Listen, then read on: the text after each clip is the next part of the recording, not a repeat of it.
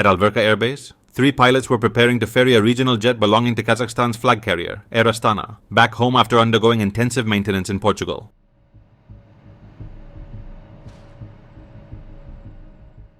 But almost as soon as the Embraer ERJ-190 took off from Lisbon, the pilots found themselves in the midst of a terrifying emergency, unlike anything they had imagined before. Faced with an almost certain catastrophe, the pilots made a chilling request. Air Astana 1388, requesting vectors to fly over the ocean. We may crash at any moment. We cannot endanger lives on the ground.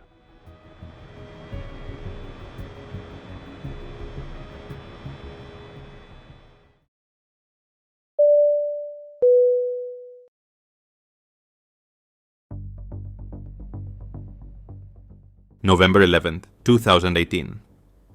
Alverca Air Base, Portugal.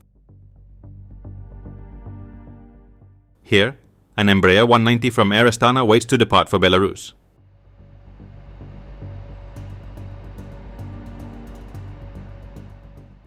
Between 2011 and 2020, Air Astana operated 9 regional Embraer E190 aircraft of Brazilian manufacture, capable of carrying up to 97 passengers on short-haul routes, almost always domestic. These short-range aircraft did not usually fly to Europe, except when major maintenance was required. Air Astana does not have its own repair facility capable of performing heavy maintenance on Embraer aircraft, nor does any other company in Kazakhstan. For this reason, such work was and continues to be outsourced to certified maintenance companies in the European Union. To address this need, the airline had a long-term contract with a Portuguese maintenance company. On October 2nd, 2018, the P4KCJ was ferried to Alverca do Ribatejo Air Base near Lisbon, Portugal, a military aerodrome that also hosts several civil maintenance companies. Under the contract between Air Astana and OGMA, the company hired for these tasks. The aircraft would remain there until October 24th while technicians performed the C-check and ensured the plane complied with the latest service bulletins issued by the manufacturer.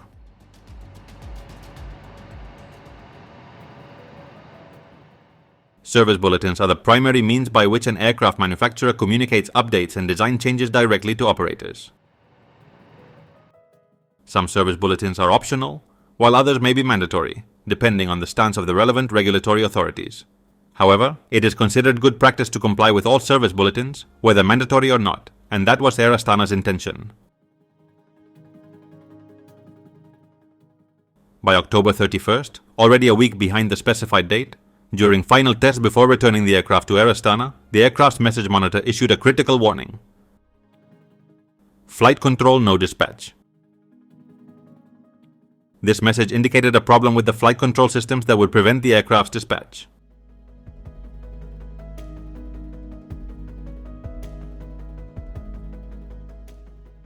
After several days of trying to resolve this issue, the technicians ran out of leads. They had inspected and tested every inch of the avionics bay and corrected all issues that could have triggered the warning, so they decided to seek help from the manufacturer.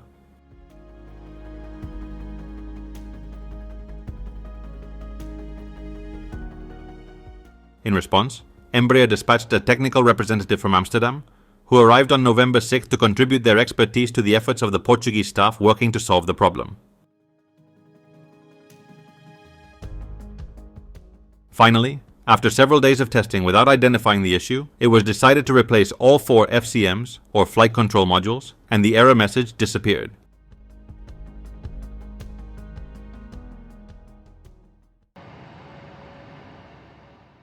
With the aircraft ready to fly again, a crew of pilots headed to Portugal to bring the plane back.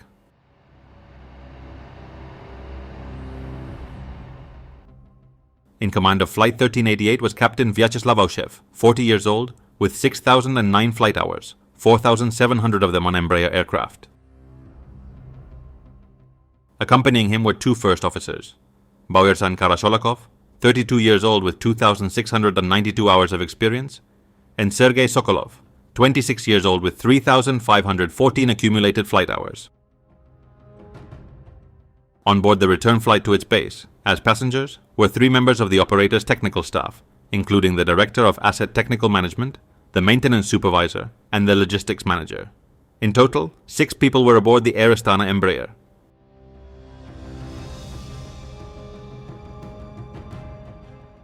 Shortly after noon, Air Astana Flight 1388 was ready for takeoff, beginning the first leg of the journey to Minsk, Belarus.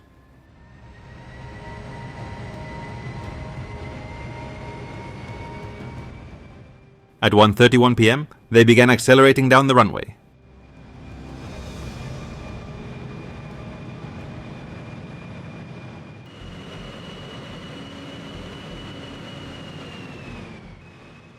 For about 10 seconds after takeoff, everything seemed normal. But then, initially slow and increasingly pronounced, the aircraft began to sway from side to side. As they climbed through the first layer of clouds, the pilots tried to correct the swaying using the ailerons and the rudder, but the oscillations only grew worse.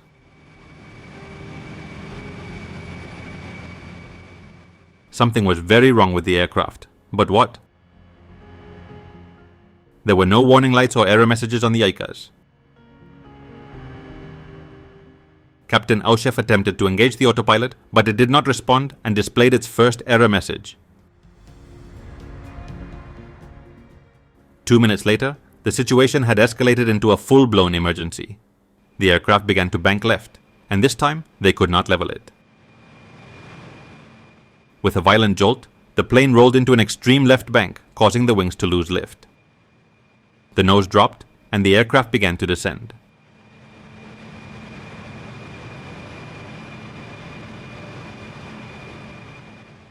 Within seconds, it plummeted 300 meters before the wings leveled, and Captain Aushef managed to pull out of the dive. At that moment, First Officer Karasholikov issued a desperate Mayday call, informing Lisbon Air Traffic Control that Air Astana Flight 1388 was out of control.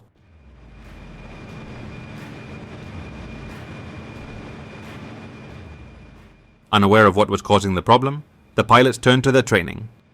As they had been taught to do in the event of a flight control failure, they decided to gain as much altitude as possible to create a safety cushion in case of loss of control and then begin troubleshooting the issue. But even gaining altitude was no easy task.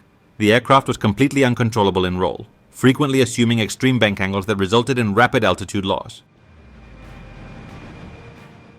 As the pilots struggled to understand the aircraft's completely unpredictable responses to their inputs, Flight 1388 embarked on a roller coaster trajectory that seemed unending.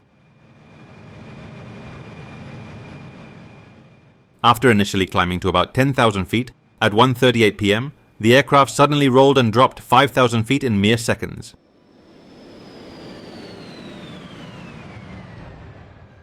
The descent rate briefly reached minus 20,000 feet per minute, and the occupants were subjected to a crushing G-force of 5 Gs during the recovery, nearing the aircraft's structural limits.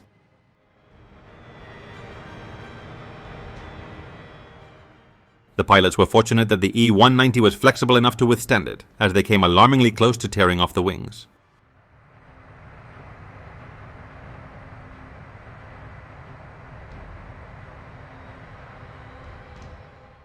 After this terrifying plunge, the aircraft oscillated violently between 5,000 and 7,000 feet for several minutes. However, at 1:45 p.m., the pilots managed to climb back above 10,000 feet, only to enter another nosedive, losing around 4,000 feet and generating 3.5 Gs, once again exceeding the aircraft's design load limit. Yet, the plane held together, and the pilots climbed again, this time reaching 16,000 feet.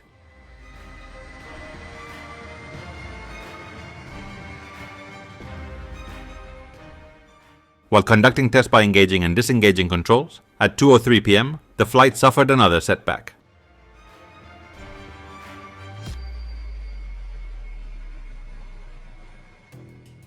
The aircraft flipped completely upside down and began a rapid descent, with a vertical speed exceeding 20,000 feet per minute. Airspeed soared past 350 knots as the ground proximity warning system blared. Recovering from this dive was no easy task due to the high speed. If they pulled up too aggressively, they risked overstressing the aircraft's structure, causing it to break apart in midair. However, if they were too gentle, they wouldn't have time to level the plane before crashing into the ground. It was a delicate balance, but the pilots managed to strike the right approach. After losing over 10,000 feet of altitude in less than a minute, Flight 1388 began to level out.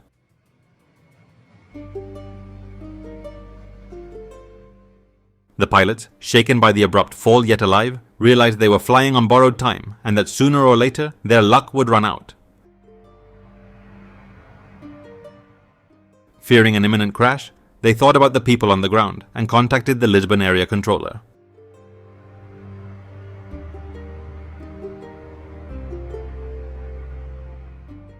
Air Astana 1388, requesting vectors to fly over the ocean.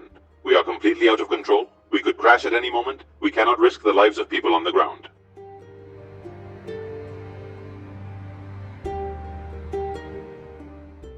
The Lisbon controller eventually gave them a heading toward the ocean. However, to the pilots' great frustration, they couldn't follow the instructions for more than 3 seconds at a time.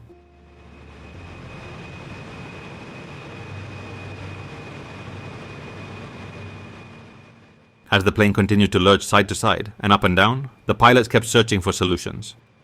It was then that they had a brilliant idea: to consult the 3 Air Astana technicians aboard to see if they knew anything about the work performed on the aircraft during the inspection.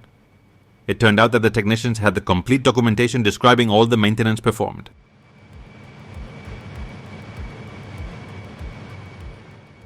Following the pilot's instructions, they began reviewing it until they found undeniable proof. An entry in the log that read, "Aileron cables replaced."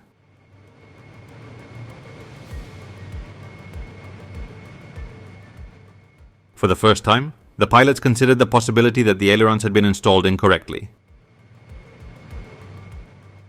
If that were the case, it would explain nearly everything that was happening.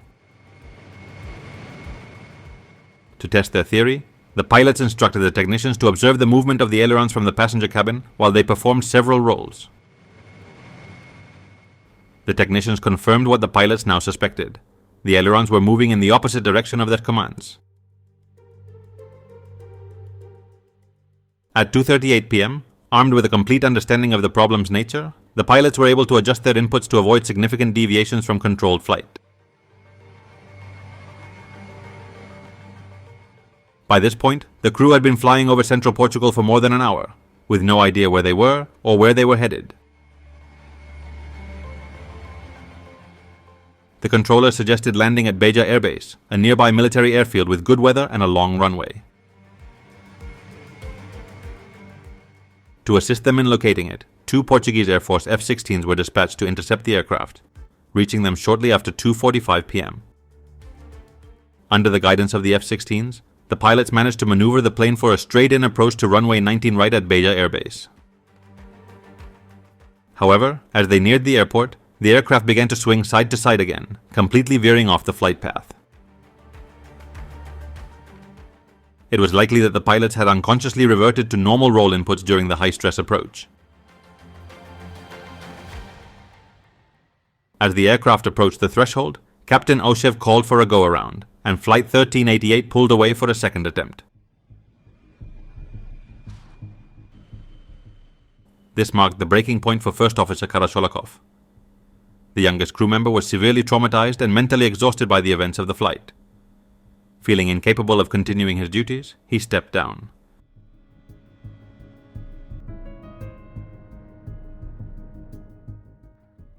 Captain Oshev instructed a switch in co-pilots, and safety pilot Sokolov took the right seat for the second approach.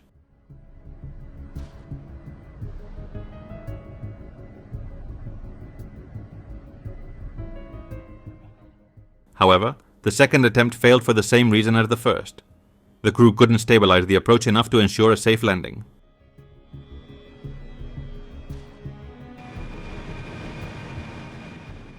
As they climbed away once again, Captain Oshev decided on a drastic new approach. No one would touch the ailerons at all, and they would steer using only the rudder.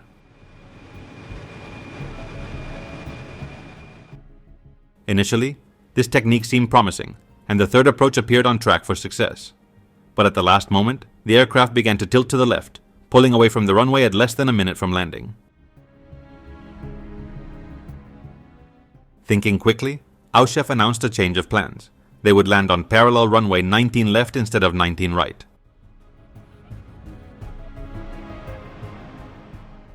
At 3:27 p.m., Flight 1388 finally touched down on the runway. Although the aircraft nearly veered off to the left, crushing several edge lights in the process, the pilots managed to keep it under control. At last, after nearly 2 hours in the air, the Air Astana Embraer came to a stop, battered but intact, overcoming incredible adversity.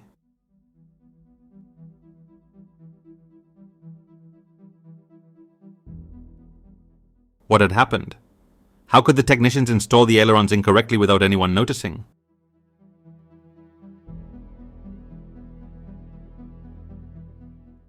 When Flight 1388 landed, investigators from Portugal's Office of Investigation and Prevention of Accidents in Civil Aviation and Rail were already en route to Bahia.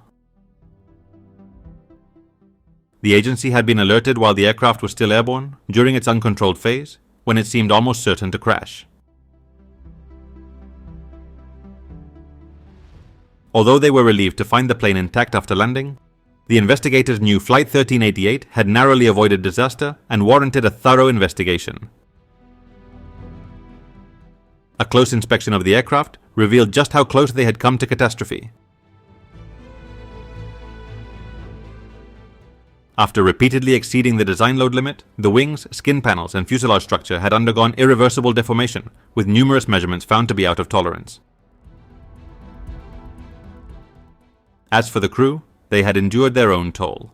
Several occupants had to be treated for severe nausea caused by the aircraft's erratic maneuvers, including First Officer Karasholikov, who was the worst affected. Additionally, all 3 pilots experienced psychological strain from the prolonged period of near-certain death.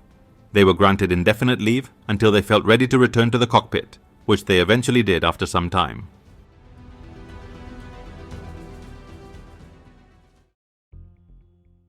Meanwhile, in Bahia, one of the first things investigators examined was the aileron control cables. As suspected, the up and down cables for both wings had been switched near where they connected to the no-contact structural supports during recent maintenance. The E190's ailerons, which control roll, are operated by a traditional system of cables and pulleys that transmit pilot inputs directly to hydraulic actuators. The first of 2 service bulletins addressed reports of excessive cable friction around a support pulley, recommending that the pulley be replaced with a no-contact support. The second bulletin called for replacing the stainless steel aileron cables with carbon steel ones, which are more resistant to wear. On October 17th, technicians completed the replacement of the cables with carbon steel versions.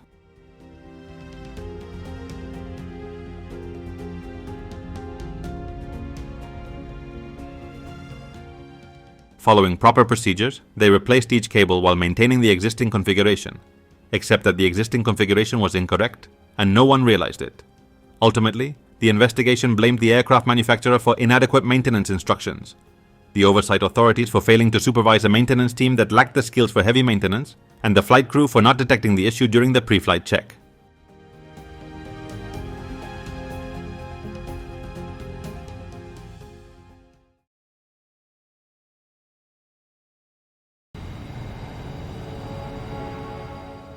On many of its marathon transoceanic routes, Taiwan's flagship airline, China Airlines, operated an unusual variant of the Boeing 747, the 747 SP, a shorter and stubbier version of the jumbo jet designed for long-haul flights.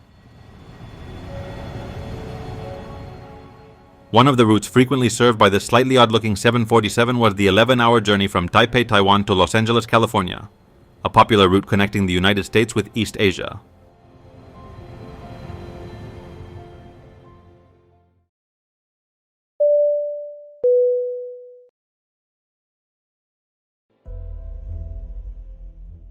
February 19, 1985, Chiang Kai-shek International Airport, Taiwan.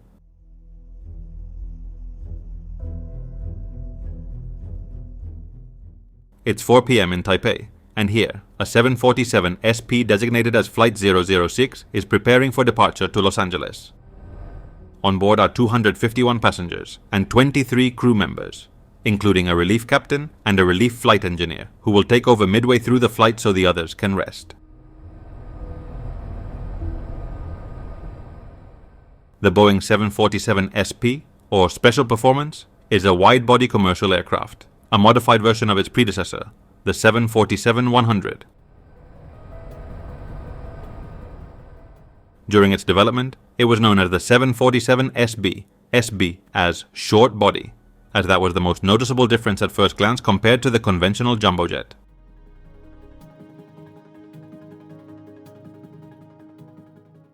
The idea behind the Boeing 747 SP came from a joint request by Pan Am and Iran Air, airlines looking for a high-capacity aircraft capable of covering Pan Am's routes between New York City and destinations in the Middle East. A route that, at the time of its launch, held the record for the world's longest non-stop commercial flight.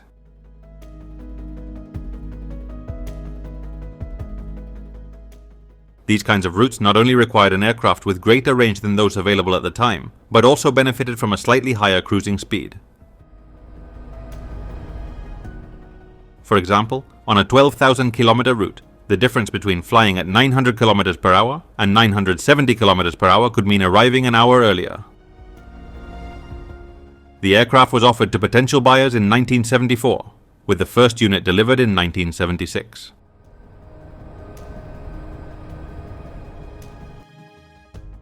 As an interesting anecdote, this plane was nicknamed Sutter's Balloon at the Boeing factory, a play on its original acronym SB, and a reference to its designer, Joe Sutter.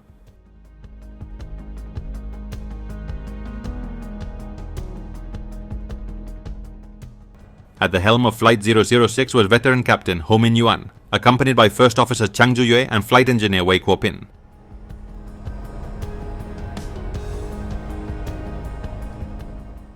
Also in the cockpit were Relief Captain Liu Qianyuan and Relief Flight Engineer Su Shilung.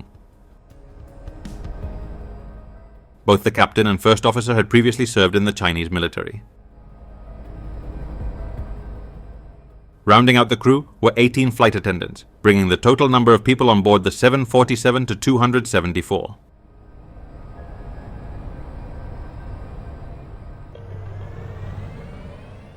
At 4:20 p.m., the aircraft began taxiing to the runway.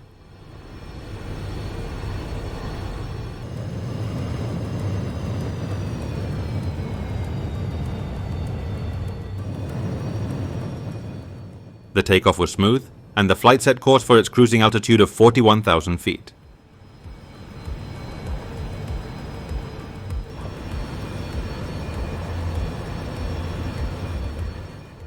After takeoff and climbing to level off at flight level 410, Captain Ho, First Officer Chang, and Flight Engineer Wei left the cockpit to rest for an extended period. They were replaced by Relief Captain Liao and Relief Flight Engineer Su, who were the only crew members required to operate the 747 during cruise, leaving the First Officer's seat vacant.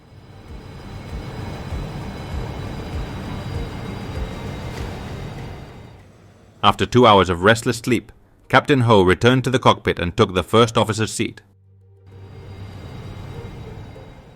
The flight continued over the Pacific with everything under control, just another day at the office.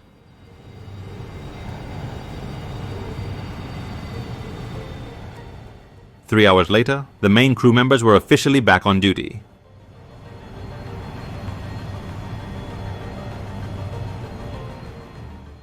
A few hours later, as the aircraft approached the US coastline at around 10 a.m., it entered an area of turbulence.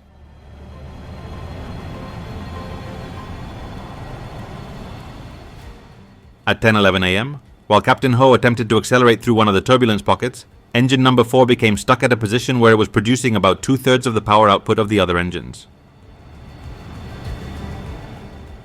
Noticing the thrust discrepancy, Flight Engineer Wei moved the number 4 throttle lever back and forth, trying to free the engine, but its power output did not change.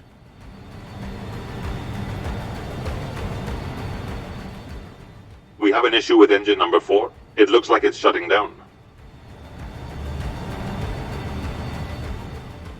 The proper procedure for handling this type of issue is to close the engine's bleed air valves before attempting to increase power.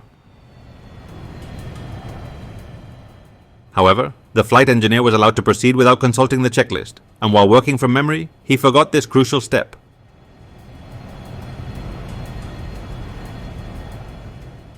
The reduced power output from engine number 4, located on the outer right wing, caused a slight rightward yaw. This happened because the greater thrust on the left wing made that side of the aircraft move faster through the air. As a result, the left wing generated more lift than the right wing, causing a slight but increasing right bank.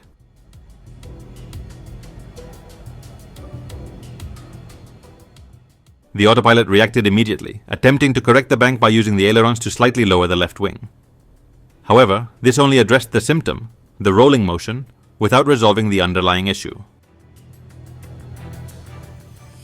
To properly compensate, the rudder needed to be used, as the engine imbalance was causing a yaw that could not be corrected with ailerons alone. In the Boeing 747 SP, the autopilot does not control the rudder, meaning this task had to be handled manually by the pilots. As the aircraft continued yawing more sharply to the right, the increased drag and reduced power output caused the airspeed to drop. A change that Captain Ho immediately noticed. Concerned about the decreasing airspeed, he instructed First Officer Chang to contact Oakland Air Traffic Control Center and request a more suitable cruising altitude for 3 engine operations.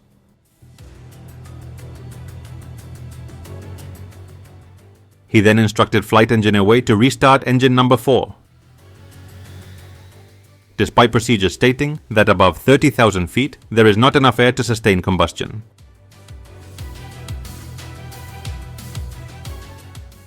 Wei began the restart process, but the engine failed to start.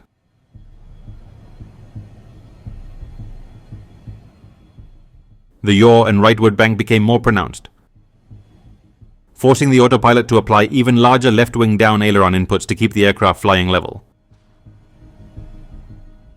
Meanwhile, Captain Ho remained focused on the decreasing airspeed.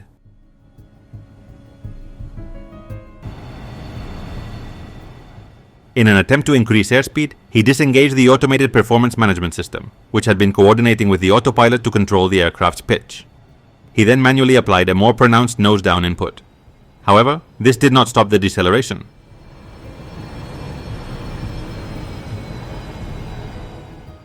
As an aircraft's airspeed decreases, its control effectiveness also diminishes due to reduced airflow over the control surfaces.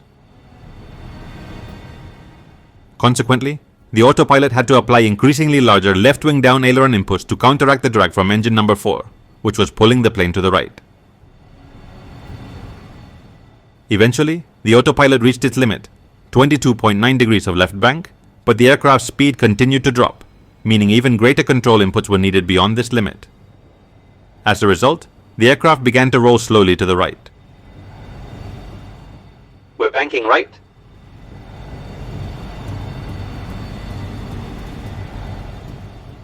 However, Captain Ho, the pilot in command, remained fixated on the airspeed, seemingly considering the slight bank as a secondary concern. Over the next minute, the 747 continued rolling, reaching a 45-degree right bank. Even then, Ho was still attempting to increase airspeed. Dissatisfied with the autopilot's performance, he decided to disengage it and take manual control of the aircraft. He reached out and flipped the autopilot disengage switch, an action that would have immediate and catastrophic consequences.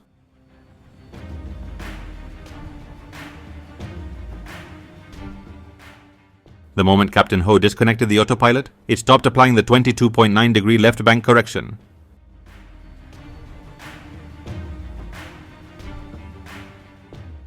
With the aircraft already tilted 45 degrees to the right, the sudden removal of this counteracting force caused it to roll even more rapidly to the right, passing 90 degrees and completely inverting itself.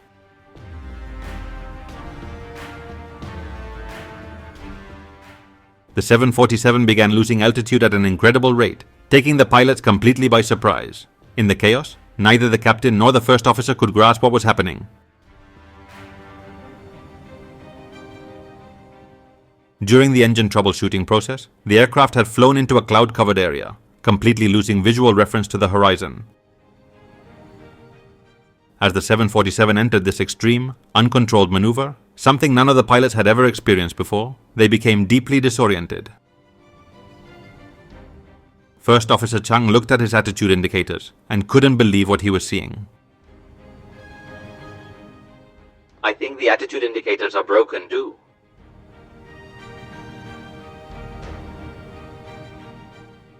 Captain Ho, acting on instinct, pulled back on the control column, which sent the aircraft into a terrifying inverted dive. The massive G-forces crushed the passengers into their seats, while Flight Engineer Wei was pinned against the center console. In just 33 seconds, Flight 006 plummeted 10,000 feet, with the pilots desperately fighting to regain control. As the aircraft approached 30,000 feet, it miraculously leveled out and began climbing. But the intense vertical G-forces left both the pilots and passengers struggling for breath.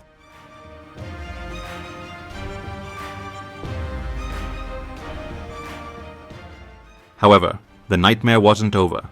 This was just a brief moment of false relief.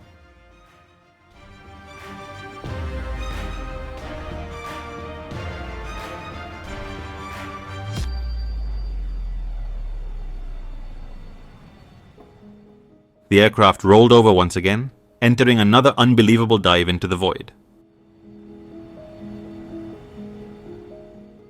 As it plunged past 19,000 feet, it then shot back up with over 5 Gs of force.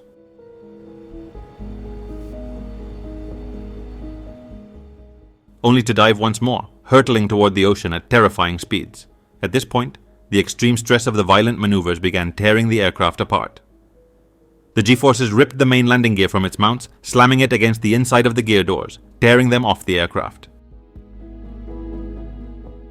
The horizontal stabilizers also suffered severe damage, shedding large sections as the plane continued to fall. Inside the aircraft, the auxiliary power unit, APU, broke loose from its mounts, crashing into a cabin wall. In the passenger cabin, the overhead compartments flew open, sending luggage hurtling through the cabin, striking passengers.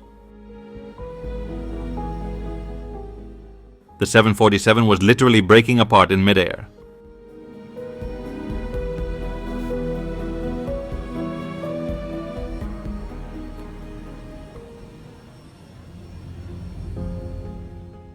Then suddenly, at 11,000 feet, Flight 006 emerged from the base of the thick clouds into clear skies.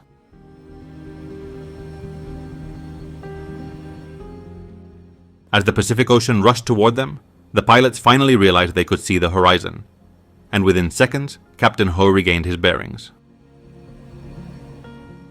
He quickly leveled the aircraft, throttled up the engines, and, in a single masterful maneuver, pulled the jet out of its dive. After plunging 31,400 feet in less than 3 minutes, Flight 006 leveled out at just 9,600 feet, saving all 274 occupants from what seemed like certain death. In the cockpit, the atmosphere was a bizarre mix of confusion and relief. At first, it was clear that the pilots hadn't fully processed the gravity of the situation. Amazingly, their first request to air traffic control was for a higher altitude to continue toward Los Angeles, as if nothing had happened. However, as Flight 006 began climbing from 9,000 feet, Flight Engineer Wei discovered that the main landing gear was extended and locked, refusing to retract, and that hydraulic system number 1 had completely lost its fluid. Although they didn't yet know the full extent of the damage, it was clear that an emergency landing would be necessary. The crew agreed with Oakland Air Traffic Control's suggestion to divert to San Francisco.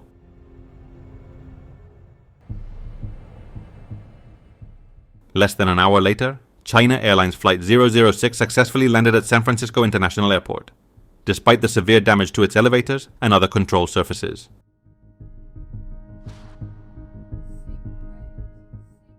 Out of the 274 people on board, only 2 suffered serious injuries: a passenger with a broken foot and a flight attendant with a severe back injury. Another 24 passengers sustained minor injuries, but overall, they were incredibly lucky. The turbulence during the flight had kept most of them buckled in their seats when the incident occurred. The outcome was nothing short of miraculous, especially after seeing the state of the aircraft.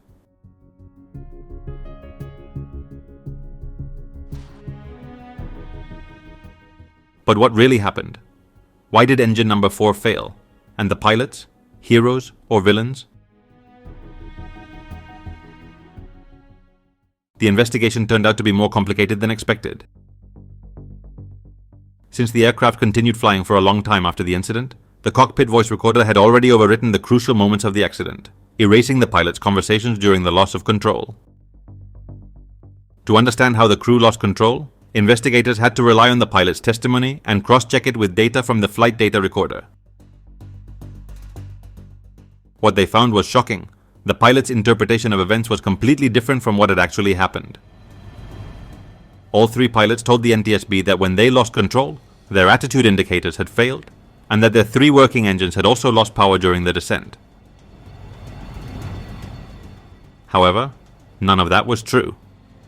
The attitude indicators were functioning perfectly. The plane had simply entered such an extreme maneuver that the pilots couldn't comprehend what they were seeing. The engines were not malfunctioning. Someone had simply throttled them back to idle. Having lost confidence in their attitude indicators and lacking an external visual reference, the pilots panicked, helplessly flailing as the aircraft spiraled out of control, until they finally exited the clouds and instantly regained orientation. So what triggered this catastrophe? The NTSB found that a single worn-out valve had caused engine number 4 to get stuck at a low power setting. This was such a minor issue that the pilots barely needed to take any action to resolve it.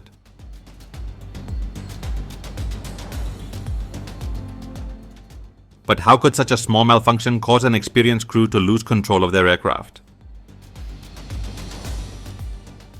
By comparing Captain Ho's testimony with FDR data, investigators realized that Ho had failed to notice the increasing right bank caused by the asymmetric thrust until the plane was nearly inverted. His obsession with the decreasing airspeed led him to believe that this was the primary danger, since the autopilot was still compensating for the rightward drift. However, his misinterpretation of the situation persisted even after the autopilot reached its control limits, and by the time the aircraft began rolling uncontrollably, it was already too late. Therefore, when Captain Ho disengaged the autopilot, he was unprepared to take over the actions it had been performing, leading to an extremely rapid loss of control. However, the NTSB pointed out that, as a veteran pilot with over 10,000 flight hours and a strong training record, Ho should have known how to use the rudder to counteract an engine failure. In fact, he had successfully handled similar scenarios in the simulator many times before. To understand why Ho failed to take this critical action and subsequently did not realize the aircraft was rolling further and further, the NTSB examined two key factors: fatigue and over-reliance on automation. After the accident, China Airlines repaired the aircraft and it was back in service later that same year. It changed hands twice before eventually being sold to a private Christian missionary organization, which operated it until its retirement in 2005. Unfortunately, the aircraft never had a dignified ending. To this day, it sits abandoned and decaying at Tijuana Airport, Mexico. The pilots of Flight 006, and especially Captain Ho, were both the heroes and the villains of this story. Somehow, Ho lost control of a perfectly functional aircraft, nearly killing 274 people.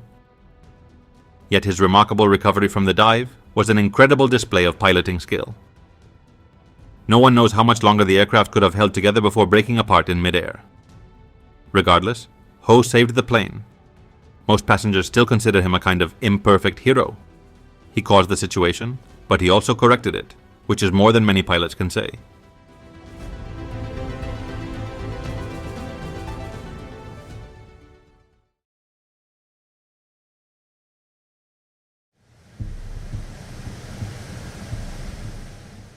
Early in the morning, Qantas Flight 32 arrived in Singapore for a scheduled stopover on its marathon journey from London to Sydney. During the stop, it refueled, took on passengers, and welcomed a new flight crew for the final leg to Australia. The plane was nearly full, with 440 of the 450 passenger seats occupied, along with a substantial complement of 29 crew members, including no fewer than 5 pilots. Normally, the A380 is operated by just 2 pilots.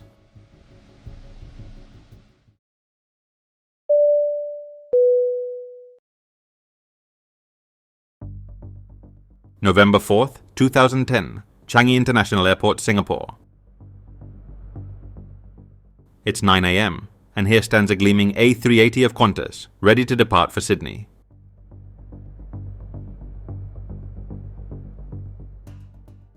The A380, a double-deck, four-engine aircraft that entered service in 2007, is by far the largest passenger plane in the world, surpassing the acclaimed Boeing 747 in nearly every measurement. Most major airlines dismissed the behemoth as too large for their operational models. In fact, analysts now agree that the A380 was built for a market that had significantly shrunk by the time it entered service. As a result, production ended in 2021, with only 254 units built, 13 of which have already been dismantled.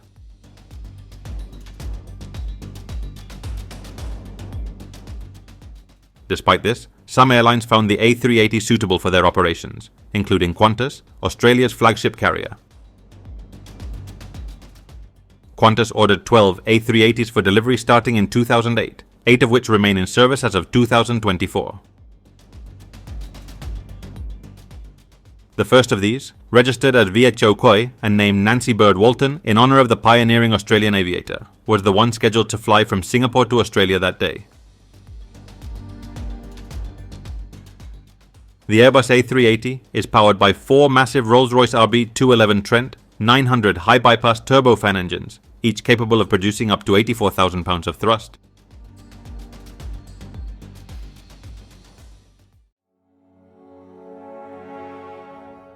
The aircraft was nearly full, with 440 of its 450 passenger seats occupied, and a considerable crew of 29 on board, including 5 pilots. While the A380 typically requires only 2 pilots, Qantas had also assigned a second officer as a relief crew member. Additionally, a line check pilot was overseeing the captain's performance, and another check captain was training the first check pilot, making for a crowded cockpit.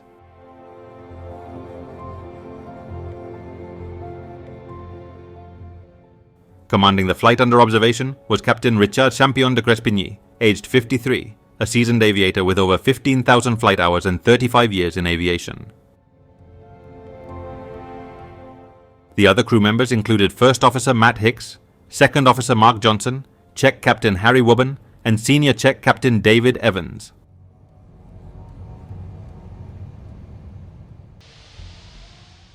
At 9:56 a.m., the Qantas A380 began accelerating down the runway.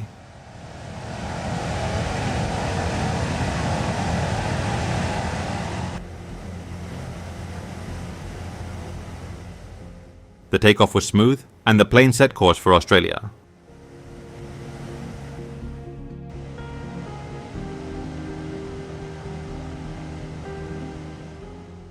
Flight 32 proceeded southeast across the strait toward Indonesia, passing over the densely populated island of Batam. All parameters appeared normal as the A380 climbed toward an altitude of 6,500 feet.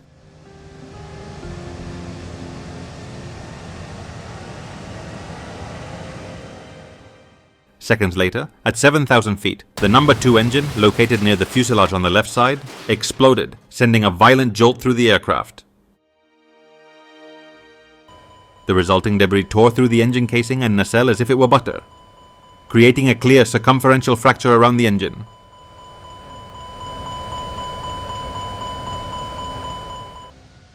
In an instant, one of these turbine disc fragments shot downward and to the left, hurtling toward the ground, while several more pieces traveled in the opposite direction. One fragment was ejected to the right, piercing the belly of the aircraft below the cargo hold, severing multiple structural beams and cables before exiting through the opposite side of the fuselage.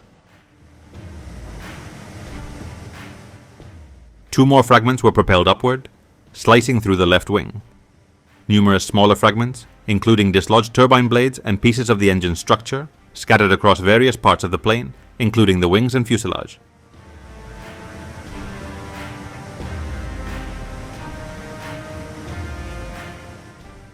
On board, the pilots and passengers heard 2 distinct explosions in quick succession, followed by a sudden and overwhelming cascade of warnings in the cockpit.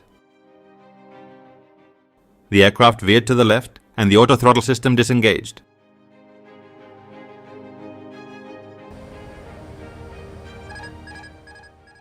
Recognizing the severity of the situation, Captain de Crespigny activated the autopilot's altitude hold function to level the aircraft, and the crew's attention immediately turned to the ACAM system.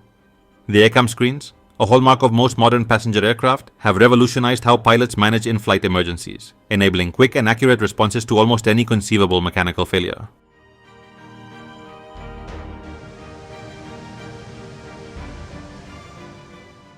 The first message on the screen was an engine 2 turbine overheat warning, followed in the next 20 seconds by 34 additional alert messages. The crew decided to shut down the engine. The pilots also attempted to activate the 2 fire extinguishers integrated into the engine, but only one discharged successfully. As they worked through the seemingly endless list of alerts on their screens, it became clear that the engine and its extinguishers were not the only systems in trouble.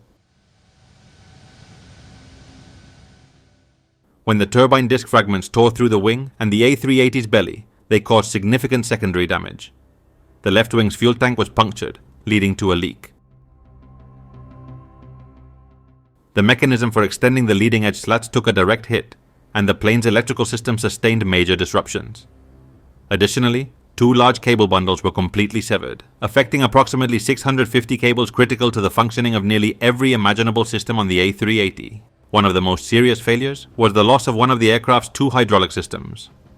Unlike other wide-body aircraft, the A380 has only 2 hydraulic systems, primarily serving the left and right sides of the plane, respectively. At this point, the crew faced a critical decision. Should they attempt an immediate landing, or should they remain airborne to address all the abnormal procedures associated with the dozens of error messages?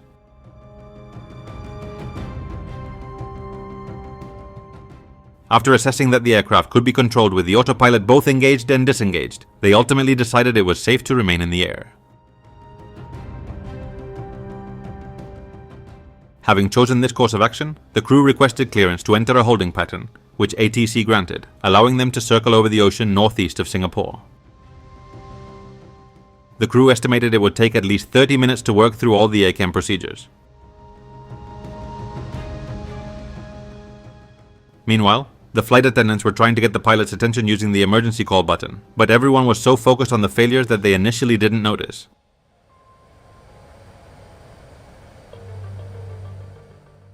It was only when Second Officer Mark Johnson was sent to assess the situation in the passenger cabin that a Qantas pilot, traveling as a passenger on the upper deck, caught his attention. The pilot pointed to the in-flight entertainment system, which displayed a live feed from a tail-mounted camera. The digital transmission clearly showed a large fuel leak streaming from the left wing.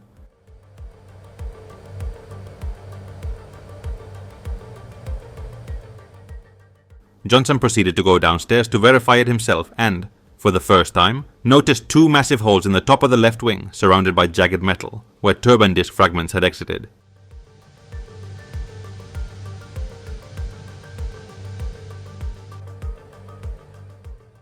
All passengers are watching the tail camera on their screens, seeing the fuel leaking. Should we turn it off? I think it's better to leave it on. Turning it off might cause more panic. They could think something worse has happened.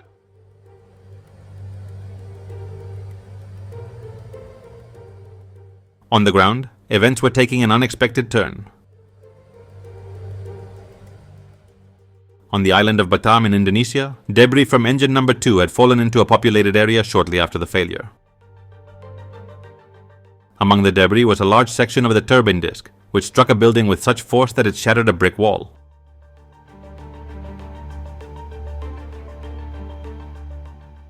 Fortunately, no one in Batam was injured by the debris. However, photos soon surfaced on Twitter of locals holding pieces of the plane, some showing what appeared to be Qantas livery, leading to speculation that a Qantas aircraft had crashed somewhere over Batam.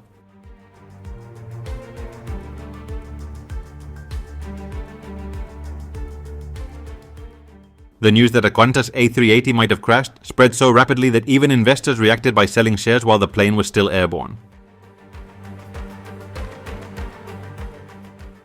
In fact, the CEO of Qantas first learned of the situation when he received a call asking why the company's stock price was plummeting.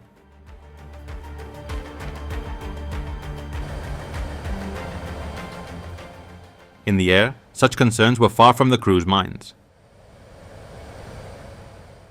Working through one ACAM procedure after another, they slowly stabilized several malfunctioning systems. But as they did so, one particular issue was worsening: the fuel situation. Another alert? Looks like we'll never finish today. The system shows a significant weight imbalance between the wings. We've lost almost all the fuel from the left wing. The system not only displayed this imbalance, but also suggested opening the crossfeed valves to transfer fuel from one wing to the other. However, the pilot's experience told them not to follow this recommendation. It wouldn't be the first time an aircraft ran out of fuel due to such an action.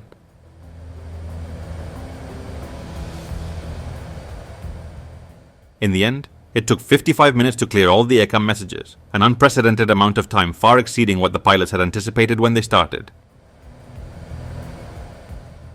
Yet, even with that completed, other considerations had to be addressed before attempting to land.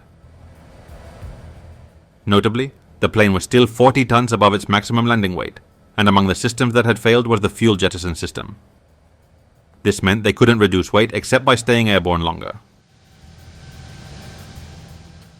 However, with the growing fuel imbalance between the wings and a 65% loss of roll control, the pilots determined it would be irresponsible to delay further. They concluded they needed to land soon, even if it meant exceeding the maximum landing weight.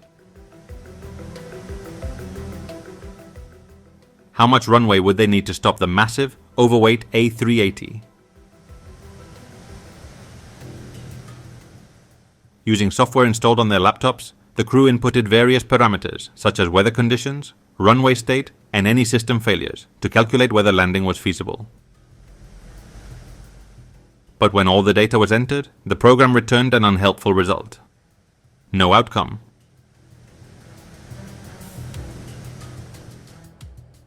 Senior Check Captain David Evans managed to resolve the issue by manually inputting the data, and finally, they had an answer.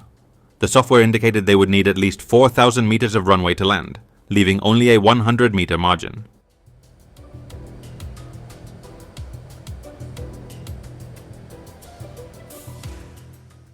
With the landing plan ready, the captain took the aircraft out of its holding pattern and began maneuvering for approach. The crew requested fire trucks to be on standby due to the fuel leak and instructed the cabin crew to prepare for a potential ground emergency in case they overran the runway.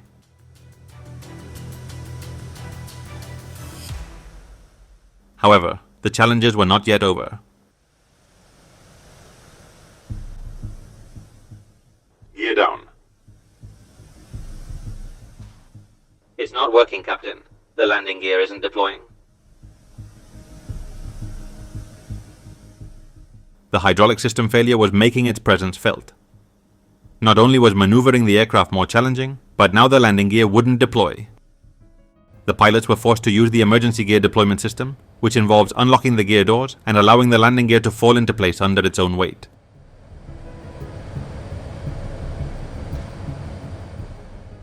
Miraculously, this worked, and the landing gear deployed quickly.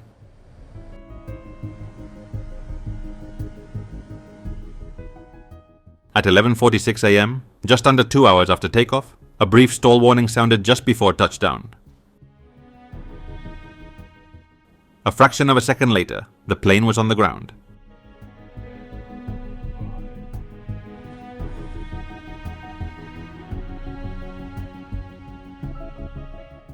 The pilots applied the brakes that were still operational, engaged reverse thrust on engine 3, and hoped it would be enough. When the aircraft came to a stop, only 150 meters of the 4,000-meter runway remained.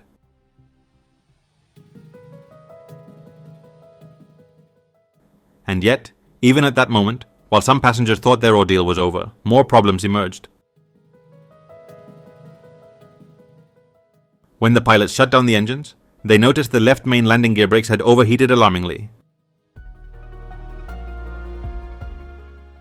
These were the only functioning brakes on the left side of the aircraft and had been under significant strain during the landing, causing them to overheat.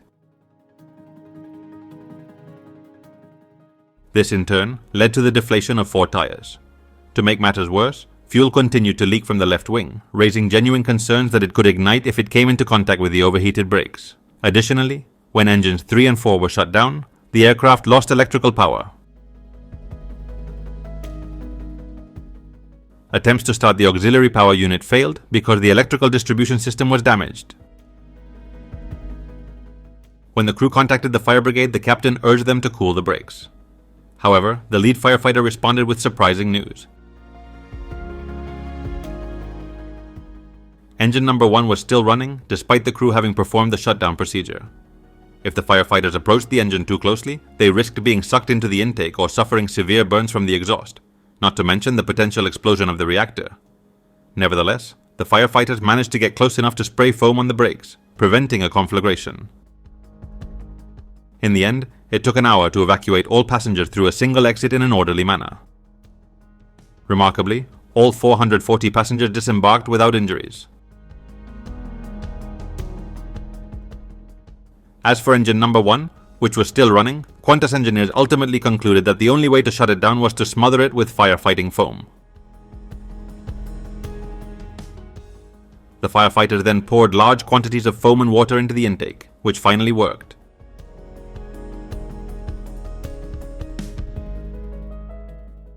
The engine gradually wound down and stopped at 2:53 p.m., over 3 hours after the plane had landed. What had caused the explosion in engine number 2 of the Qantas A380? The news that the stricken Qantas A380 had landed safely in Singapore brought immense relief to everyone, especially those on board. The crew was immediately praised for their professionalism and composure. In an exemplary act of leadership, Captain de Crespigny even shared his personal phone number and spent 2 hours in Qantas's Singapore lounge answering passengers' questions about the flight. This incident involving the Airbus A380 followed 2 previous incidents with Rolls-Royce Trent 900 engines. In September 2009, an engine failure occurred on a Singapore Airlines flight from Paris to Singapore, and in August 2010, a Lufthansa flight from Tokyo to Frankfurt experienced an engine issue that led to an engine shutdown due to low oil pressure.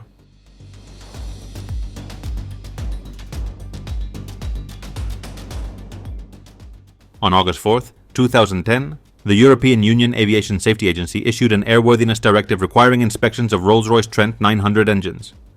After disassembling the engine, Rolls-Royce technicians examined its remains. They found that a turbine disc had expanded excessively due to extreme heat exposure. Apparently, the turbine had overspun beyond its tolerances. Eventually, it was determined that a 1-inch diameter oil pipe had fractured, spilling lubricant onto the overheated turbine and causing it to catch fire. The pipe was found to have defective and weak inner walls, which led to its rupture and the subsequent oil leak.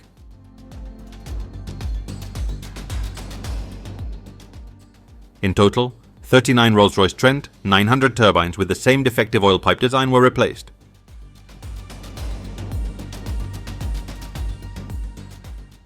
On June 22, 2011, Qantas announced it had accepted compensation of approximately $100 million from Rolls-Royce.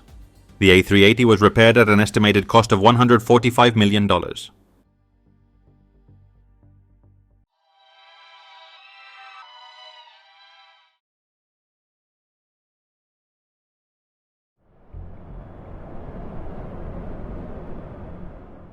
What seemed like just another cold January morning in New York held, for some passengers at the airport, one of the most critical moments of their lives, something they would never forget.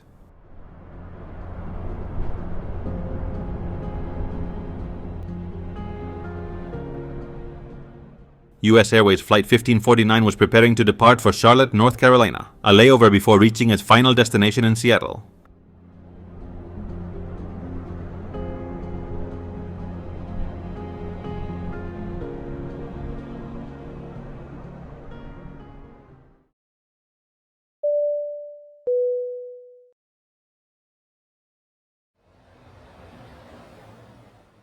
January 15, 2009, LaGuardia Airport, New York, USA.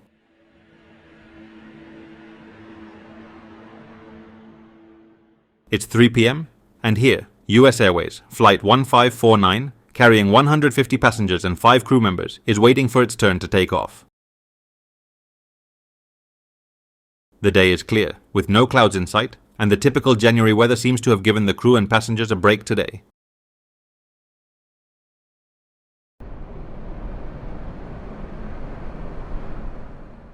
The Airbus A320 used for Flight 1549, a 10-year-old aircraft, represents some of the most advanced aviation technology. Designed for efficiency and safety, it allows pilots to manage the flight through electronic commands rather than traditional mechanical controls.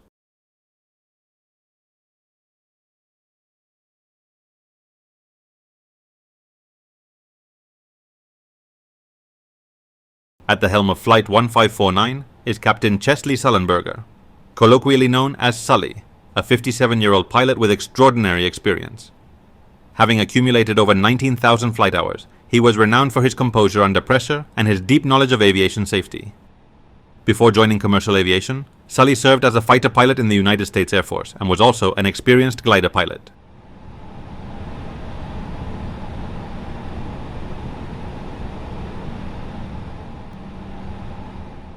By his side was First Officer Jeffrey Skiles, aged 49, who also brought an impressive record with over 15,000 total flight hours. However, this was his first assigned flight as a pilot at the controls of an A320. The crew was completed by 3 flight attendants, bringing the total number of people aboard the A320 to 155.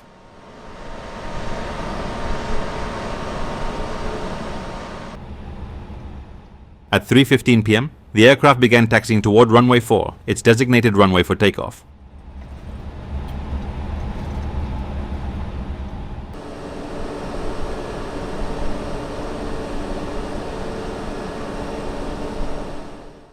Nine minutes later, the A320 was accelerating down the runway.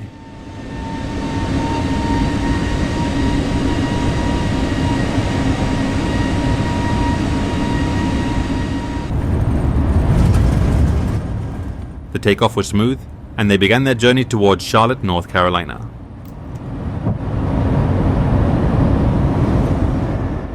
In the cockpit, Jeffrey Skiles was at the controls while Sully monitored the initial climb.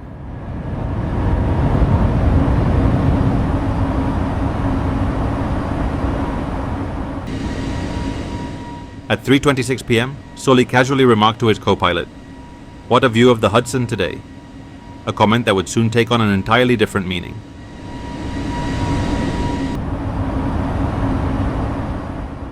The A320 began a northwest turn, following its assigned departure route. At around 3,000 feet of altitude, and just 2 minutes after takeoff, an unexpected event would change the course of this flight.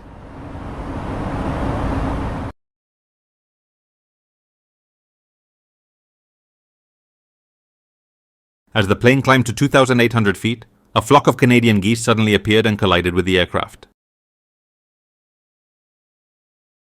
The engine suffered a catastrophic loss of power following the impact. Passengers heard a loud thud, followed by an eerie silence and the smell of fuel. Sully immediately took control of the aircraft as Skiles attempted to restart the engines using the emergency checklist.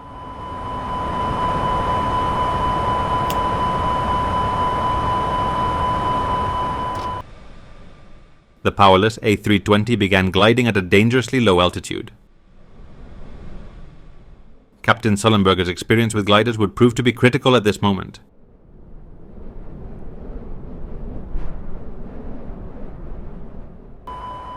Cactus 1549.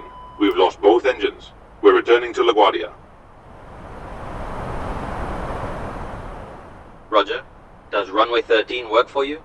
Or, if you prefer, Teterboro Airport is to your right.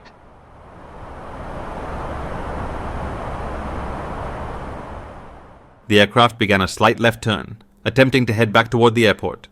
However, within seconds, it became clear they wouldn't make it while gliding. After assessing the situation, Sully decided to look for an alternative option. The possibility of landing at Teterboro was also ruled out.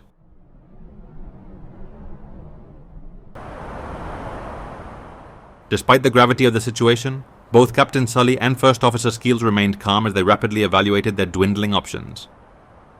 Airports were no longer viable, leaving only the Hudson River, which they were flying over at that moment.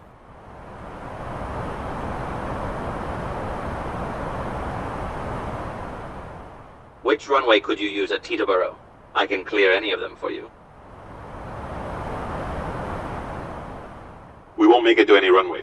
We're going to the Hudson.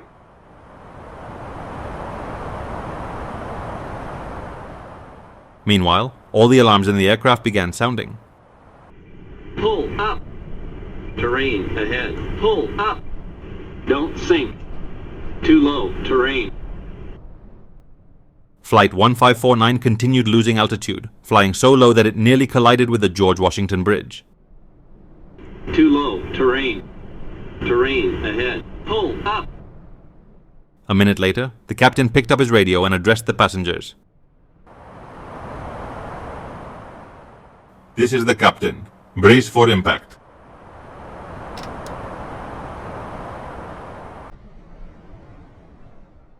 Brace for impact not only means to prepare for the collision but also to protect oneself. At that moment, passengers are instructed to lean forward, bringing their head and torso as close to their knees as possible, placing their hands on their legs or under their knees, and remaining firmly secured to their seats with their seat belts tightly fastened.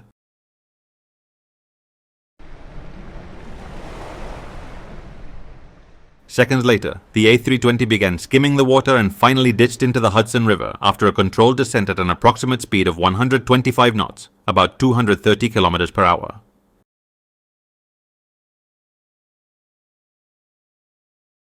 The aircraft slid across the water without breaking apart, a maneuver described as perfect.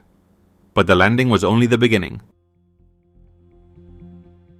With below freezing temperatures and the Hudson River water rapidly seeping into the fuselage, all 155 occupants needed to be evacuated immediately.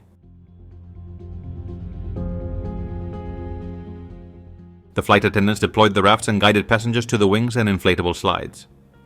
Some passengers, fearing an explosion, chose to swim away from the plane.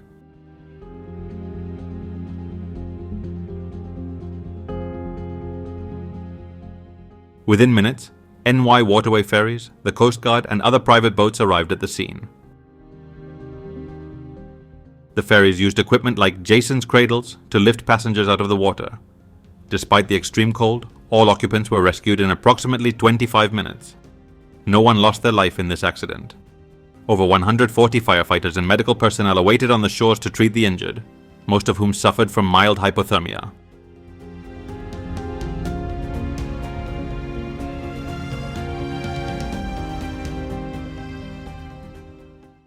What had happened? What were the conclusions following this accident?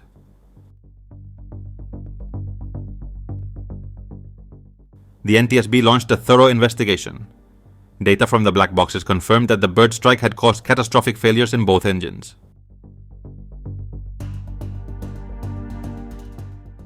Subsequent simulations showed that returning to LaGuardia or landing at Teterboro could have been possible, but only if the pilots had reacted without any delay, something nearly impossible in such situations.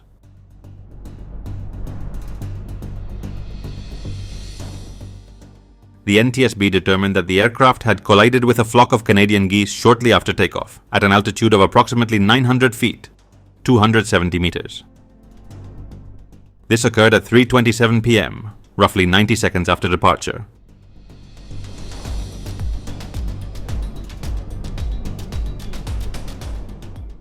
The geese caused severe damage to both engines, resulting in a total loss of power. Tests revealed that the force of the impact was enough to block the airflow needed for the engines to function properly. Although the pilots attempted to restart the engines, both remained inoperative.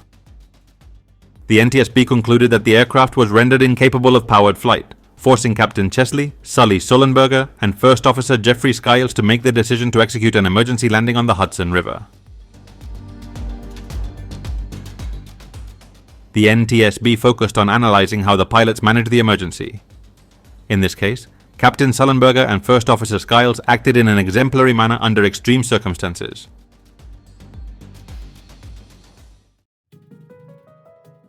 The landing on the Hudson River was executed with exceptional skill. Sullenberger performed a controlled descent and managed to land the aircraft smoothly on the water, preventing a far worse disaster.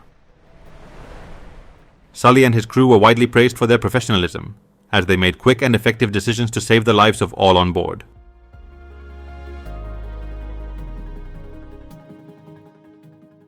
The NTSB also evaluated the aircraft's performance and the engine's ability to withstand bird strikes.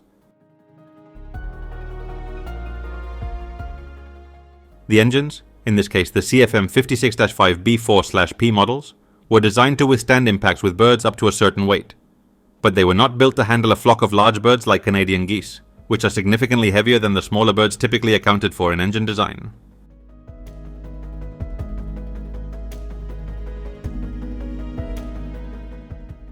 The NTSB recommended improving bird strike resistance testing to ensure that engines and other parts of the aircraft could withstand impacts from larger and more diverse flocks. The final report highlighted the outstanding decision-making by Captain Sullenberger and First Officer Skiles. It also underscored the importance of crew training and the implementation of new procedures for low-altitude emergencies.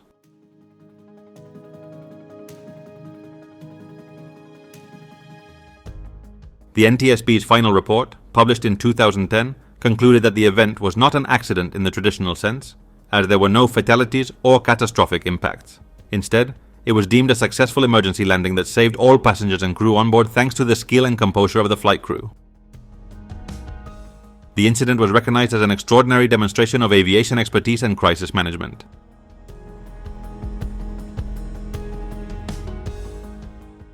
In summary, the NTSB determined that the collision with the geese was the primary cause of the emergency, but praised the crew's actions for saving the lives of all 155 people on Flight 1549.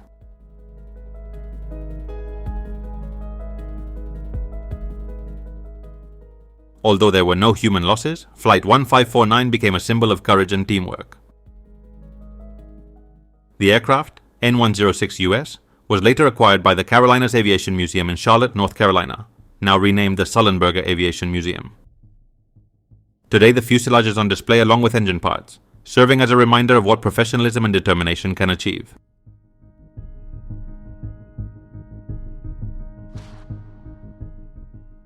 This museum also honors the rescuers and the crew, with exhibits highlighting their heroic efforts during and after the water landing. For many visitors, the site has become a place of reflection on human resilience.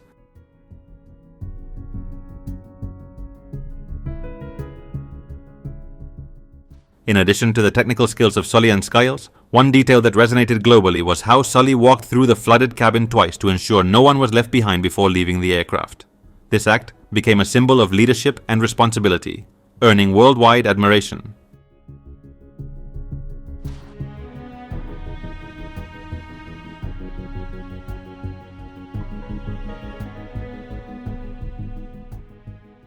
The event inspired aviation institutions to include this case in pilot training programs, emphasizing problem-solving in extreme conditions.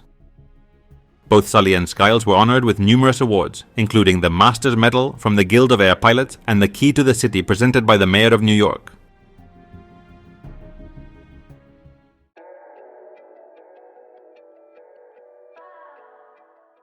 The miracle on the Hudson has been extensively documented and adapted in popular culture. In 2016, Clint Eastwood directed the film Sully, starring Tom Hanks as Captain Sullenberger and Aaron Eckhart as First Officer Skiles. The movie, based on Sullenberger's autobiography Highest Duty, My Search for What Really Matters, provides a deep dive into the events and their emotional aftermath for the crew. The incident was also recreated in TV programs such as Mayday, episode Hudson River Runway, and Why Planes Crash.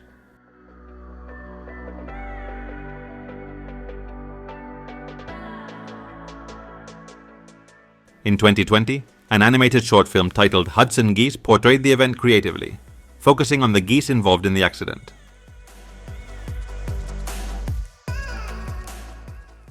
The story even inspired music. The song, A Real Hero, by College and Electric Youth paid tribute to Captain Sully. On a lighter note, comedian Zach Showen created a humorous rap titled Goose MCs, celebrating the pilot's bravery. Finally, the event remains a case study in aviation academies and a source of inspiration worldwide.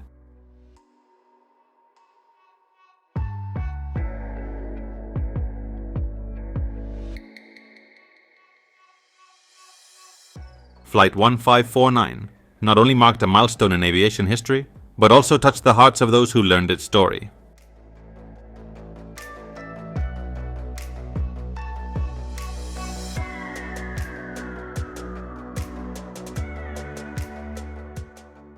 As an interesting anecdote, Flight 1549 used the call sign Cactus, which was customary for US Airways flights. This tradition stemmed from the airline's merger with America West Airlines, whose headquarters were in Arizona, a state known for its desert cacti.